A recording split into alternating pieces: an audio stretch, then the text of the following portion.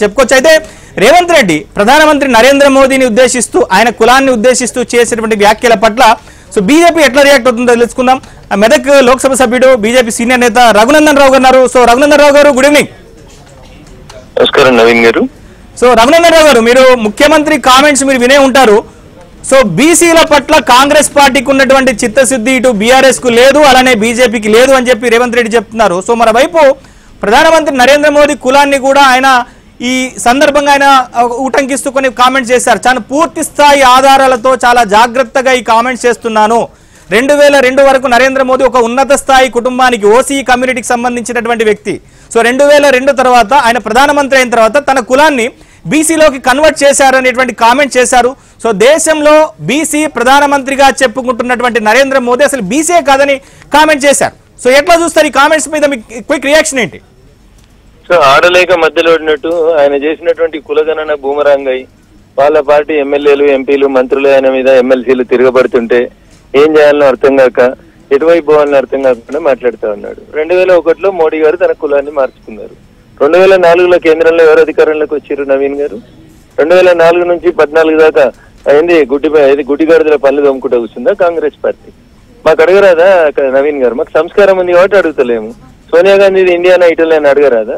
రాహుల్ గాంధీది ఏం కులమో అని అడిగినాం, చెప్పురు. మరి పార్లమెంట్ లో అడిగినాం, చెప్తలేరు. టీవీ ఛానల్ చర్చలలో అడుగుతలేము, సాక్షాత్తు పార్లమెంట్ సాక్షిగా అడిగినాము. ఏది సమాధానం? మోడీ గారి కులం గురించి ఎందుకు మీకు? ఇట్లా ఎగిరెగిరే పోయిన ఆయన పోయిండు, అడ్రస్ లేకుండా పోయి ఫామ్ హౌస్ లకి వెళ్ళి బయటకు వస్తలేడు. ఎందుకు ఎగురుతున్నారు మీరు? ఈ దేశంలో మీరున్నది 3 రాష్ట్రాల్లో. వామనుడు అడిగినట్టు 3 అడుగులు అడిగితే తెలంగాణ, కర్ణాటక, హిమాచల్ ప్రదేశ్ లో అడ్రస్ లేకుండా పోతారు.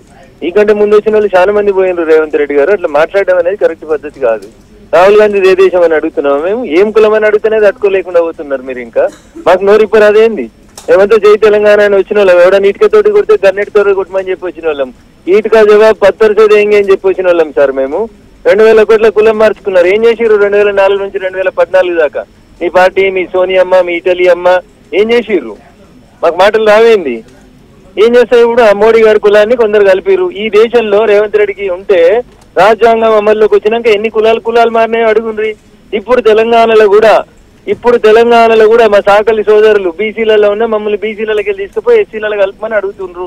అయితే ఏంది తప్ప అంటున్న దానికి? వంజారాలు లేదా లంబాడాలు, గిరిజనుల విషయానికి వస్తే ఒక రాష్ట్రంలో ఎస్సీ, ఒక రాష్ట్రంలో ఎస్టీ, ఇంకొక రాష్ట్రంలో ఇంకొకటి ఉన్నారు. ఏం మాట్లాడతాడు? ఆయనకి ఏమైనా అర్థమవుతుందా? సో నరేంద్ర మోదీ 3వసారి ప్రధానమంత్రిగా ఉన్నాడు. సో నరేంద్ర మోదీ ప్రజలు ఓట్లేస్తే వచ్చినాం. నీళ్ళకి హైకమాండ్ సీల్ కవర్ లో పంపితే రాలేదు. నీ హైకమాండ్ ని కనీసం కేబినెట్ ఎక్స్పాన్షన్ చేసుకునేందుకు అవకాశం ఇస్తలేదు. నవీన్ గారు సూటిగా నేను మీ ద్వారా రేవంత్ రెడ్డిని ఒకటి అడుగుతున్నా. ఇన్ని సొల్లు కబుర్లు చెప్తున్నావు కదా రేవంత్ అన్న, కేబినెట్ లో సగం మంది బీసీలకు స్థానమై నీకు చేతనైతే గది చెయ్యమంటున్నా. 12 మందిలో 7 అగ్రకులాలు ఉన్నారు. మీరు 2 బీసీలకు ఇచ్చిన 50% బీసీల గురించి నేను టేకేదారు నేను మాట్లాడితే నువ్వెట్లయితావు టేకేదార్? నీకేం సంబంధం? బీసీలను ఏం ఉద్ధరించినావు అని అడుగుతున్నావు. బీసీల గురించి ఏం ఉద్ధరించినావు? బీసీలని ఎవరిని ఉద్ధరించినావు? ఎందుకు 7 మంత్రి పదవులు బీసీలకు ఇచ్చుడు చేతగాలే నీకు? ఎందుకు రాహుల్ గాంధీ నీకు అనుమతి ఇస్తలేడు? రేపు ఇచ్చే 6 మంత్రి పదవులు బీసీలకు ఇస్తా అని చెప్పమనండి రేవంత్ రెడ్డికి చేతనైతే. సొంత పార్టీలో దిక్కులేదు, ఈ పక్కోడు ఆ పక్కోడు కూర్చేసుకపోతామని చూస్తుంటే వాళ్ళన్నిటి లేక మా మీద పడితే ఎట్లయితుంది?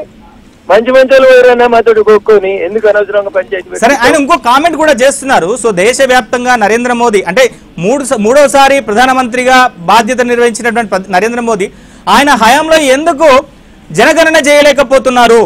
సో బీసీలకు రాజకీయంగా ఇతరత్ర అవకాశాలు రాకూడదు అనేటువంటి నరేంద్ర మోదీ చేయట్లేదు కామెంట్స్ కూడా చేశారు. నవీన్ గారు ఆయనకి ఏం చేతగాక ఒకేళ్ళు మా దిక్కు చూపెడితే 4 ఏళ్ళు ఆయన దిక్కు చూపెడితే నేను అడిగినా కదా, నీకు చేతనైతే 18లో ముందు 10 మంది ముఖ్యమంత్రితో సహా ఉంటే ముందు 10 మందికి బీసీలకు మంత్రి పదవి ఇచ్చి తెల్లారి ఢిల్లీకి రా, జంతర్ మంతర్ దగ్గరికి వస్తావా, పార్లమెంట్ దగ్గరికి వస్తావా రా, అప్పుడు సమాధానం చెప్తాం. 3 సార్లు కాదు 30 సార్లు కూడా మేము అధికారంలోకి వస్తాం. ఎందుకంటే ఉలికి పడుతున్నారు? మీరు ఉండేది ఉందా సచ్చేది ఉందా ఈ దేశంలో? మీది కత్తి కాదు నెత్తి కాదు కాబట్టి ఏదైనా ఉడతా ఉంటారు మీరు. 10% ముస్లింలను తీసుకొచ్చి బీసీలలో కలుపుతామనంటే 10 నిమిషాలలో పార్లమెంట్ లో లేచి రాహుల్ గాంధీ ముందు మాట్లాడినాం మేము. జరగనీయం బీసీలకు అన్యాయం, ముస్లింలని బీసీలలో కలిపితే ఇది ఈయనకు బీసీల మీద ఉన్న ప్రేమ.